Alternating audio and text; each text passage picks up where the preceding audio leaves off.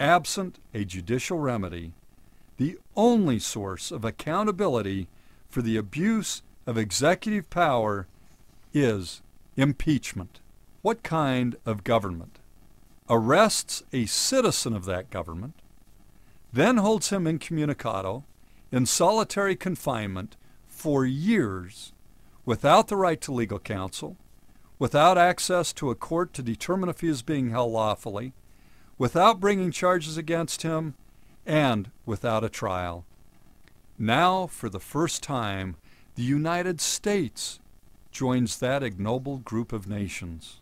In one instance, after a detainee's father filed a legal challenge, President Bush asserted the outrageous position that as president during the so-called War on Terror, he had the power to detain United States citizens without affording them any due process.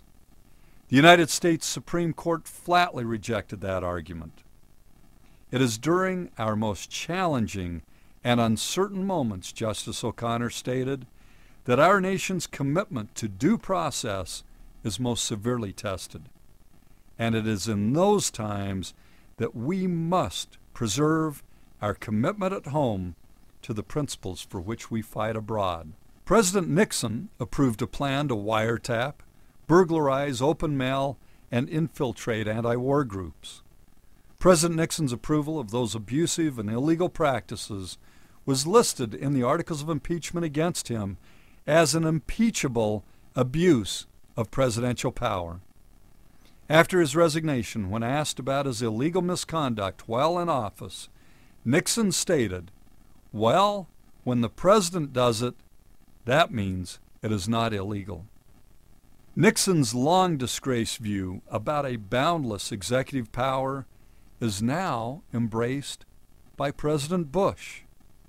That assertion of dictatorial power has never been and cannot be accepted in our democracy and in our constitutional form of government. President Bush's utter contempt for Congress and for the balance of power has been on vivid display in his hundreds of signing statements, in which he is presumed to unilaterally determine the meaning and application of laws passed by Congress. Asserting his so-called unitary executive power, he issued a signing statement relating to the Detainee Treatment Act of 2005.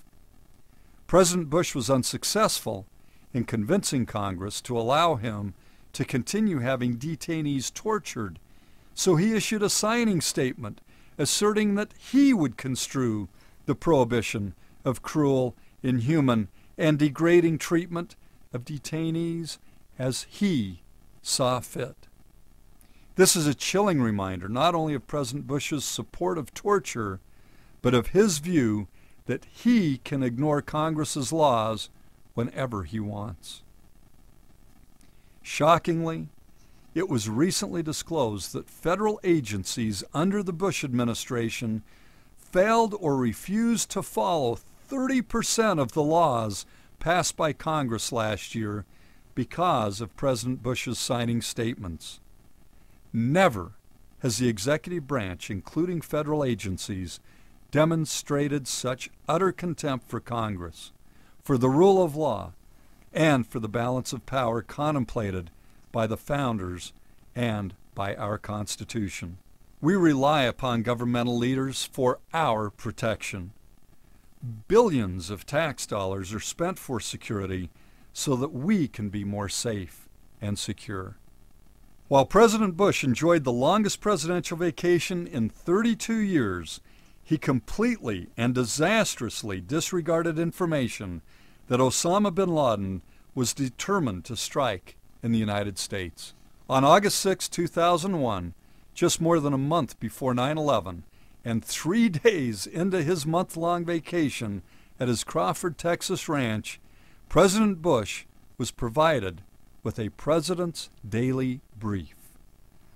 The brief was entitled, "Bin Laden Determined to Strike in U.S." The brief stated that bin Laden had wanted to conduct a terrorist attack in the United States since 1997 to bring the fighting to America.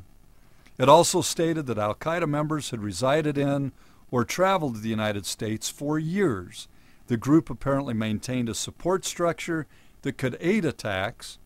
FBI information indicated patterns of suspicious activity in the United States consistent with preparations for hijackings or other types of attacks, and there had been recent foreign surveillance of federal buildings in New York.